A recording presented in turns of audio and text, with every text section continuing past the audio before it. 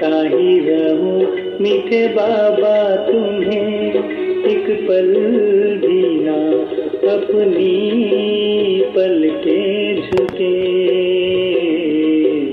देखता ही रहूं मीठे बाबा तुम्हें, एक पल भी ना अपनी पलकें झुके।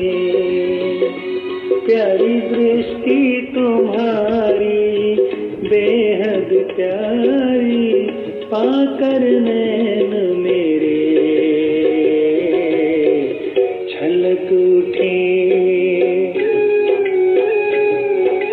देखता ही रहूं मीठे बाबा तुम्हें, एक पल भी ना अपनी पलकें झुके। देखता ही रहूं मीठे बाबा तुम्हें, एक पल भी ना अपनी पलकें झुके।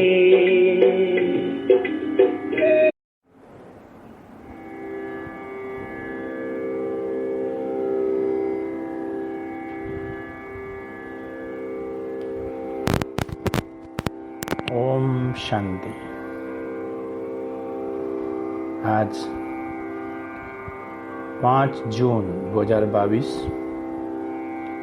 अव्यक्त बाप दादा की मुरली का सार हम सुनते हैं। बाबा ने कहा, संतुष्ट मणि के श्रेष्ठ आसन पर आसीन होने के लिए प्रसन्न चित्त निश्चिंत आत्मा बनो। तपस्या का अर्थ ही है संतुष्टता की प्रसन्नता नैनों में, चैन में, चेहरे में, चलन में दिखाई दे। तपस्या का अर्थ ही है संतुष्टता की प्रसन्नता नैनों में, चेहरे में, चैन में दिखाई दे। ऐसे संतुष्ट मणियों की माला बना रहे थे। कितनी माला बनी होंगी? संतुष्ट मणि अर्थात वेदाग मणि। संतुष्टता की निशानी है संतुष्ट आत्मा सदा प्रसन्न चित्त स्वयं को भी अनुभव करेगी और दूसरे से भी प्रसन्न होंगी। प्रसन्न चित्त स्थिति में प्रश्न चित्त नहीं होता। एक होता है प्रसन्न चित्त, दूसरा है प्रश्न चित्त। प्रश्न अर्थात क्वेश्चन। प्रसन्न चित्त ड्रामा के नलसफुल होने के कारण प्रसन्न रहता है, प्रश्न नहीं करता है। जो भी प्रश्न अपने प्रति या किसके प्रति भी उठता, उसका उत्तर स्वयं को पहले आता है। पहले भी सुनाया था व्हाट और व्हाई नहीं, लेकिन डॉट, क्या, क्यों नहीं, फुल स्टॉप, बिंदु। 1 सेकंड में विस्तार, 1 सेकंड में सार। ऐसा प्रसन्न चित्त सदा निश्चिंत रहता है।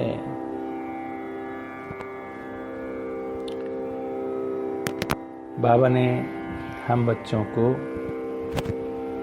ये सुंदर ज्ञान दिया है जिससे सारे प्रश्न खत्म हो गए। कोई प्रश्न नहीं रहा।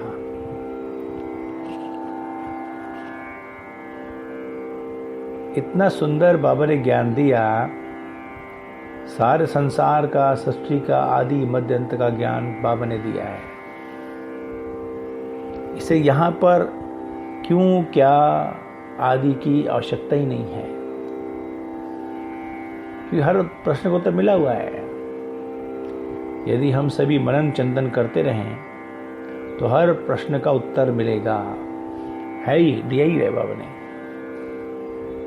अच्छे योगी को प्रश्न करने का संस्कार नहीं होता।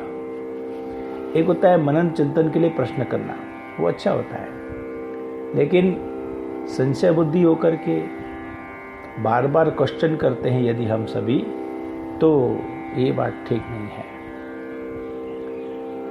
तो संतुष्ट मणि जो होगा ना, वो सदा प्रसन्न होता है, उसको कोई क्वेश्चन नहीं है। बाबा मिला, सब मिल गया।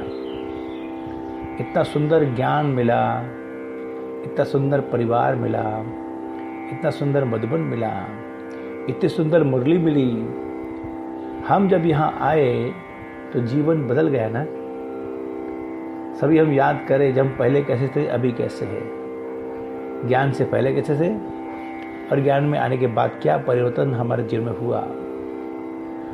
अनुभव सबसे बड़ी अथॉरिटी है। किसे पूछने का जरूरत नहीं है, ये क्यों, ये क्या।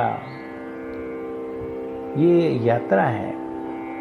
इस यात्रा में कई विघ्न आते हैं, कई बातें आती हैं, लेकिन जो यात्री होता है वो आगे बढ़ता जाता है। कभी भी साइड सीन पर खड़े होकर के टाइम वेस्ट नहीं करता, क्योंकि हम सभी यात्री हैं। हमें जाना है सत्युग में, परमधाम में जाना है। तो हमारा लक्ष्य क्या है, उस लक्ष्य को सदा ध्यान में रखते हुए आगे बढ़ते चलें और उस पर तपस्या करें। तपस्या तभी होगी जब मन में कोई क्वेश्चन नहीं होगा। आप कहेंगे प्रश्न न करें, लेकिन प्रश्न का उत्तर बाबा ने दिया है ना। बाबा ने हम बच्चों को बताया कि तुम कौन हो, मैं आत्मा हूँ। कहाँ के रहने वाली हो, परमधाम की रहने वाली हूँ। तुम्हारा बाप कौन है, परमात्मा हमारा पिता है। हाँ, वो क्या कार्य करते हैं, स्थापना पालना विनाश कराते हैं। और अब कलयुग जाने वाला है, सतयुग आने वाला है। सारे प्रश्नों का उत्तर बाबा ने दिया है। संसार में ऐसा कोई सत्संग नहीं है जहाँ इन बातों को बताया जाए, सिवाय बाबा के। केवल एक ही संस्था है जहाँ पर हर प्रश्न का उत्तर प्राप्त होता है। और मान लो कोई मन में संकल्प आता भी है ना, तो शुभ भावना से भले पूछना चाहिए, उत्तर मिलेगा, 100% मिलेगा। क्वेश्चन करके, कंफ्यूज होकर के, संशय बुद्धि बन के यदि हम प्रश्न करते रहते हैं, अर्थात योग नहीं है। अर्थात बाबा से अच्छी लिंक नहीं है, जोड़ नहीं है।